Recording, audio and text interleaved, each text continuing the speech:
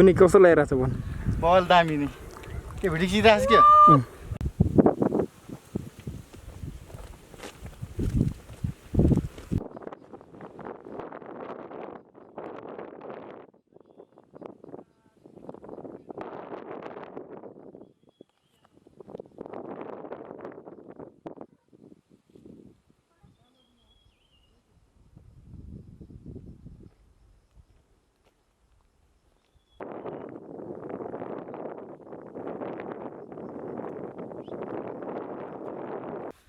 बवाल छ यार यो त त्यो जस्तो छ के जेङ्गिस खानहरुको मुभीहरुमा हुन्छ नि हर्स राइडिङ वाला के पुरा ठुलो यो गेम अफ थ्रोन्स को खलेसी उड्ने टाइम हो यो अहिले चाहिँ मलाई सवारी कोट नगएको रिग्रेट छैन के अघिसम्म रिग्रेट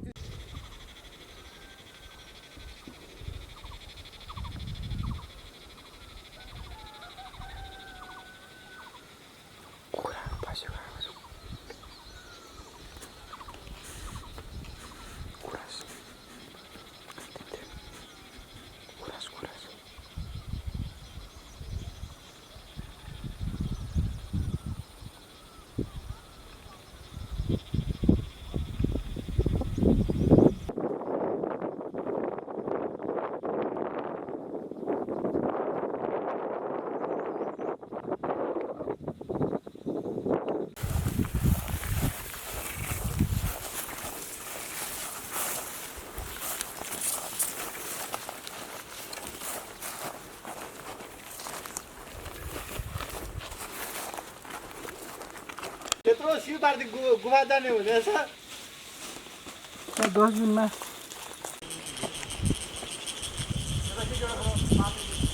भिडियो बनाइरहेको आउँदैन हो यहाँबाट जाऊ जाऊ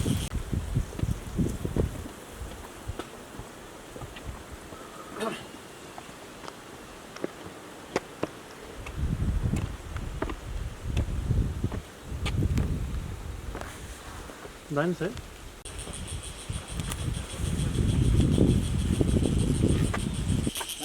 राम्रो व्यवस्था भयो कति भित्र चाहिँ 50 मिटर 60-70 मिटर जति सबै 10 मिटर जति हाल्नु सक्छ ए हजुर लाइट लाइन पर्छ होला नि 50 मिटर त धेरै हो क्या यार अस्ति एकजना बराबर रु 30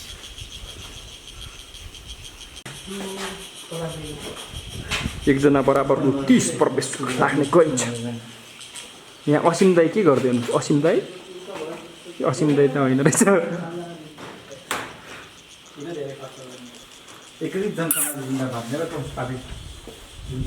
यो कति भयो दाइ यो बनाएको यो अब अस्ति भदौदेखि यता 8 वर्ष भयो 8 वर्ष भयो है कतिको हुन्छ दाइ मान्छेहरू यहाँ आउँछ आउने र फर्किने क्रम त जारी छ हजुर अझै यो बाटो राम्रोसँग बन्न छैन हजुर यो बाटो बनाउनु भएको शिवरात्रिको टाइममा त भिड हुन्छ होला हैन हजुर त्यो बेला त मेला लाग्छ मान्छेहरू थुप्रै आउँछ ए टिकट पनि फ्री गरेर आउँछ त्यो पनि हरेक समितिले जो जति आउँछ भन्छ ए मिथेन ग्यासहरू आउँछ त्यही त ठिक हो यो राम्रो एकदम इन्फ्लेमेबल हुन्छ ए भोलेनाथ जय भोलेनाथ पार्वती पाउँ भनेर पार्वतीले राम्रो खोज्यो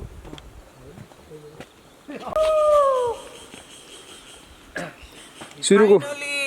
शिव पार्वती गुफा तैँले एकलट त फोन गर्नुपर्ने यार अहिले कहाँ रे होलेरी होइन सन्तोष एकलट त फोन गरेर शिव पार्वतीको मन्दिरमा आएर गरिहाल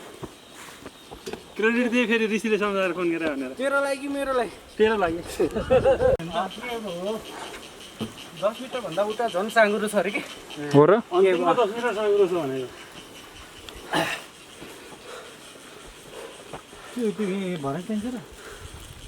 के हो झेनाम गइरा पो रहेछ है गइरा गाउँ ए रोल्पामा पर्छ चाहिँ निकालेर अब जाउँ दर्शन कस्तो छ हावा है यो कसले थाहा पाएको सुरुमा यहाँ गुफा छ भनेर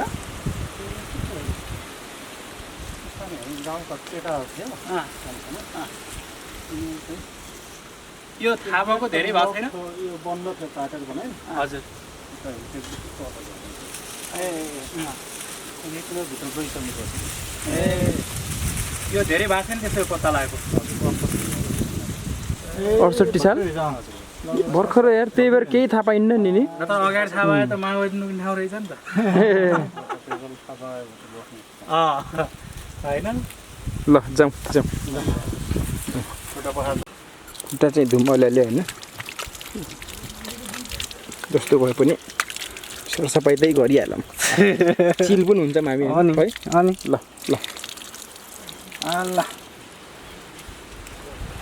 ल अब हामी गुफाभित्र जाँदैछौँ 50 मिटरभित्र अरे ल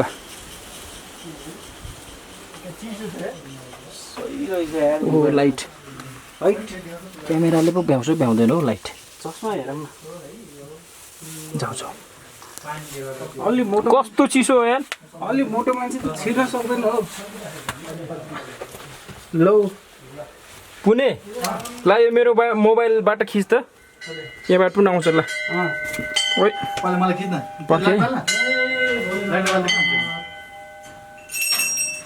पखे तेरो पछि म पनि आउँछु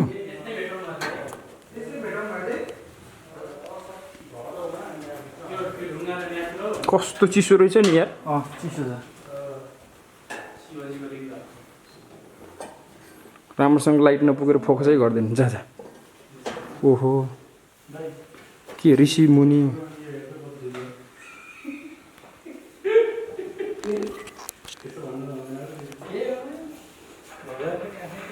कस्तो सही ठाउँ रहेछ है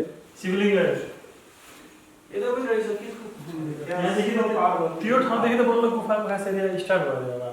अब अझै भित्र छ क्या हो ऋषि बत्ती बाल बत्ती बाल उज्यालो हुन्छ रे के फुटेज राम्रो आउँछ यो त म चाहिँ त्यो गराइदिँदा पनि हुन्छ यार फेसबुकमा हालेर पपुलर गराइदिँदा हुन्छ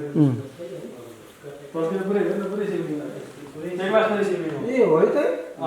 सानो सिकुलरहरू शिव पार्वती गणेशजी भनेर पनि भित्र पछाडि यो खोलेर बनाएको हो अब उ त सबैले माथि देखा एकपल्ट छतमा तिम्रो पनि अन गर न ऊ यहाँ कसरी गर्ने थाहा भएन कि हुन्छ त लाइट यहाँ देखाउँदै देखेन अलि भिडियो स्टप गर्न देखाउँछु अरू फ्ल्यास अन गर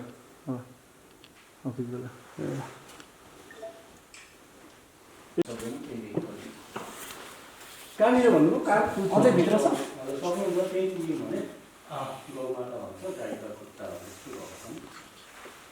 यहाँ त्यो भित्र माथिको ल सकिन्छ पनि जाउँ सर्पहरू त हुँदैन जीवितमा चमेराहरू दुई चारवटा कता छ भित्र यतिकै सानो फेरि भित्र गएर फेरि यत्रोकै त्यही देखा छ महाप्रभु विशेष खासै यत्रो खोला छैन त्यही सानो नै छ 7-8 जना जति बसेर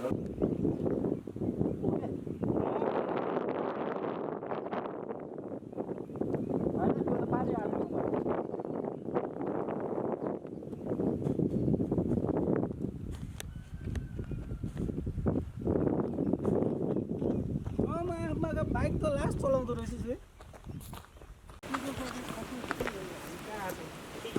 यसो भनौँ न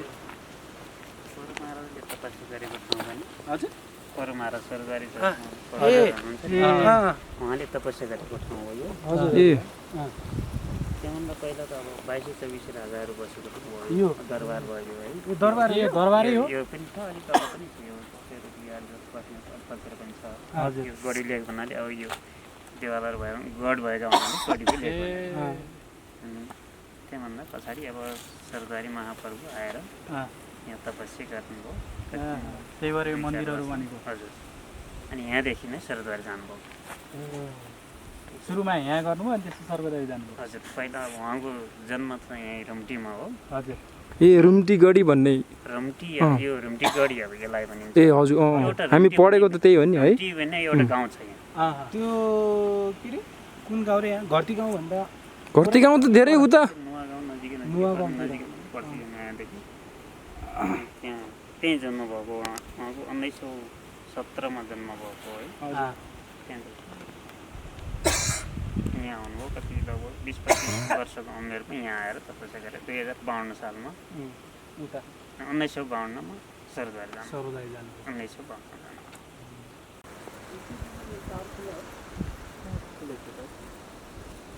यहाँदेखि लिबाङ पुग्न कति घन्टा लाग्छ रे बाइकमा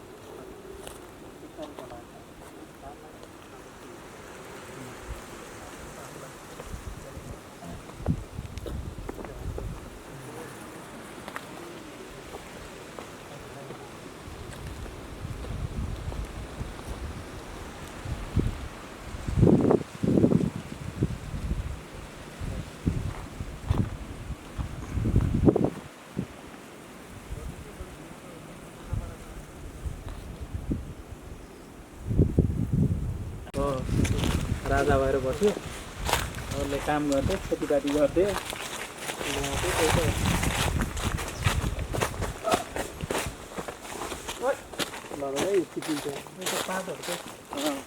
यहाँ रहेछ नि त गडी काम गर्ने हो नि त छ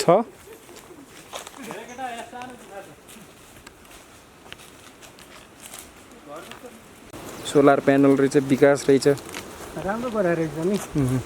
22-24 राज्यको गढहरूमा हामी चाहिँ आइरहेका छौँ अहिले चाहिँ सबै भत्किएर 22 यता थियो कि 24 यता थियो खासमा खै त अब भाइ सोसल र नेपाली त धेरै सब्जेक्ट हो दाइ नभन्न सोसल त होइन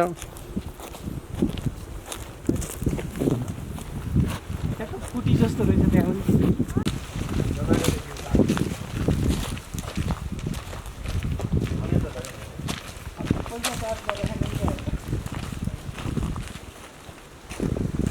आउने त्यसमा चाहिँ 4 तलामा पर्ने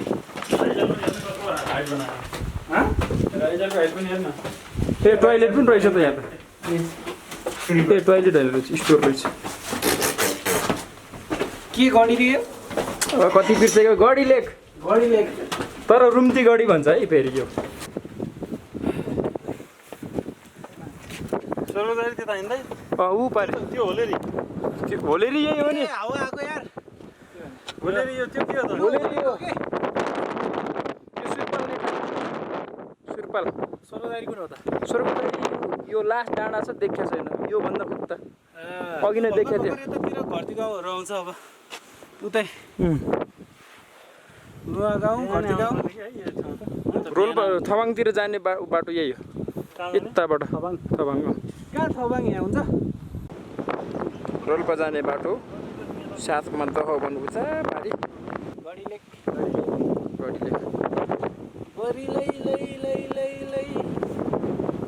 सुरपाल नेटा सुरपालको बजार कस्तो बवालमा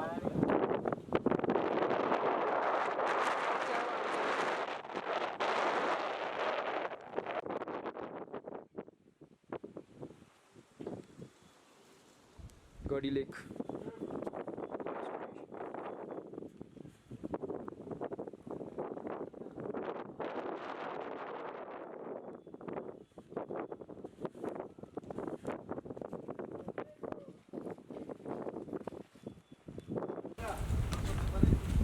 रिके यता हेर हेलो गर हेलो ए भिडियो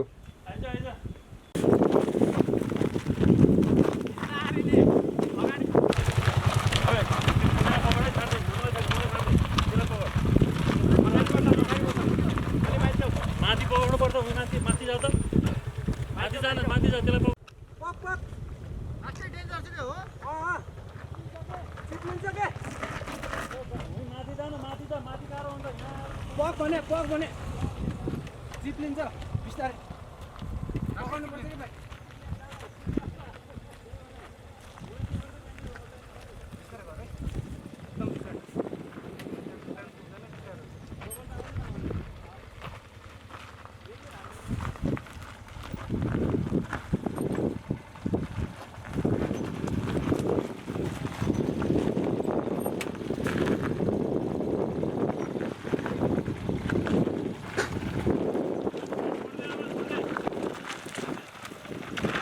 ओए ओए ओए ओए